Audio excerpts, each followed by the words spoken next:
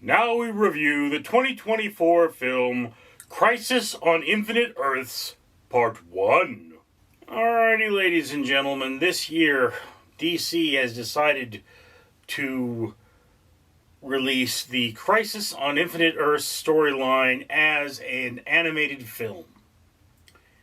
Alright, so what's happening is that there is a giant antimatter wave that is consuming the universe, and it will consume Earth before consuming everything else.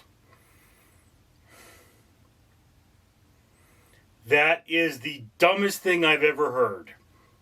Before we get any further into that, let me remind you that for every 1,000 subscribers I get, I do purchase one of these bracelets from the company 4Ocean. 4Ocean pulls a pot of trash out of the ocean every time I do that. If you'd be so kind as to comment, like, and subscribe, you'd be doing your part to save this Earth, along with many of my other things, like planting trees and donating to the World Wildlife Fund. Okay, so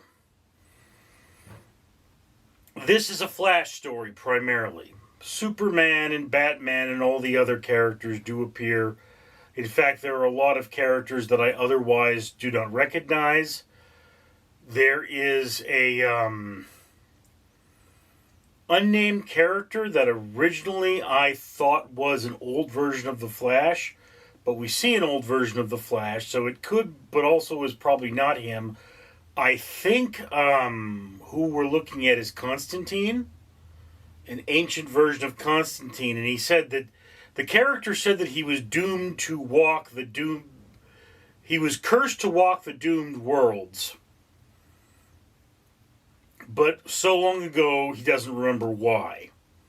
Alright.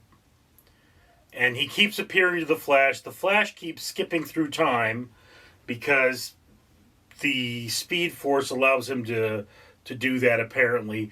And we keep getting snippets of the story where we slowly figure out what's going on and, you know, what's happening, and then superhero roundup time. Now, look. If you're a big fan of DC, you're going to be able to pick through all of these characters and know who they are, and this will probably be a pretty solid story to you.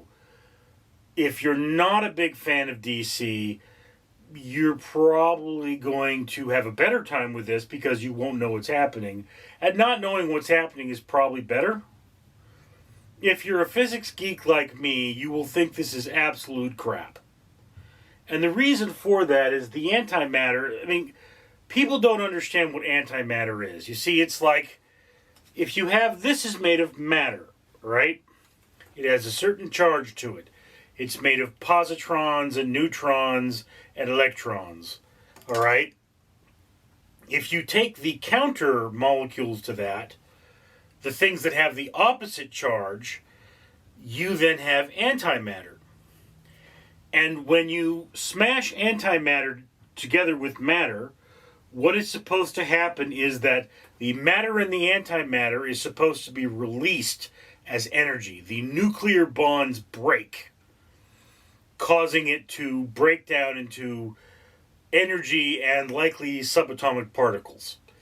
So you may have neutrons and electrons flying around, but some of that stuff turns into just pure energy, which causes an enormous explosion. So like when evil Superman is throwing buildings into the antimatter wall, you shouldn't even be able to notice, because as soon as it touched matter, the antimatter wave should have caused an explosion the size of the Earth, because it's a really big thing, and it would cause massive explosions that would actually push the Earth further away from it, because the explosions, I mean, just contemplating the amount of matter being changed into antimatter would be explosions the size of stars, which are basically giant explosions in and of themselves. And it's just the amount of power being released would be the stuff that universes are born by. So it's just, you're watching this going, this does not make any sense whatsoever. And then, you know, you see why Flash is a little more intimately involved, and then it's over. And there's a part 2. And part 2 is out, and I haven't seen it. But I am at this point recommending if you're going to see part 1, you should probably want to see part 2 with it. Because this didn't make a lot of sense.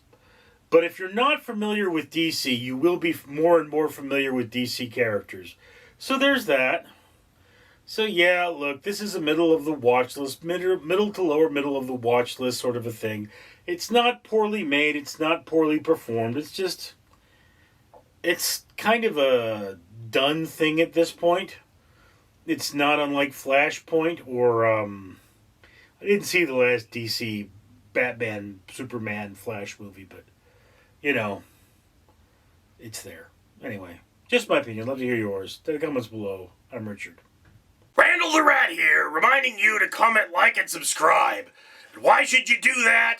Well, look over here. These are bracelets from 4Ocean. Each one of them means a pound of trash was pulled out of the ocean. And this channel buys one for every 1,000 subscribers it gets. And this around my neck, well, this is a medal from the Conqueror. It represents walking around the Great Pyramids of Giza. You can get one for yourself by going to the Conqueror challenges.com and saying, hey, I want to pretend I walked around the pyramids of Giza without dealing with all the sweat and flies and delicious scarab beetles. Or you could support this channel so they can buy more of these, which means that they will plant trees, because each one of these represents 5 trees that got planted. Yeah, that's right, 5 trees, helping your environment. Global warming sucks. Be a good person, comment, like, and subscribe. Give us more money so that we can plant trees by buying medals from the Conqueror. Randall out.